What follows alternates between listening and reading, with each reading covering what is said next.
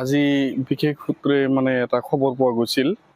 আমাৰ অভয়পুৰী আঞ্চলিক বন বিষয়া মহোদয়ৰ নিৰ্দেশ মৰ্মে আমি বনকৰ্মীৰ সজাতি এটা দল যাই আজি মানে বামনগাঁও এলেকাত মানে ৰাস্তাৰ কাষতে পৰি থকা তাৰমানে মোটামুটি আনুমানিক 2 লাখ টকাৰ মূল্যৰ মানে শাল কাঠ উদ্ধাৰ কৰিলোঁ আজি।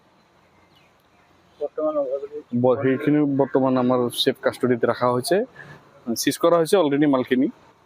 তাৰপিছত বিভাগীয় যি ব্যৱস্থা কৰিব লাগে সেইটো আমি অফিচিয়েলি নিয়ম মতে সেইখিনি কৰিম। চোৰাং কাঠ বুলি সন্দেহ হৈছে।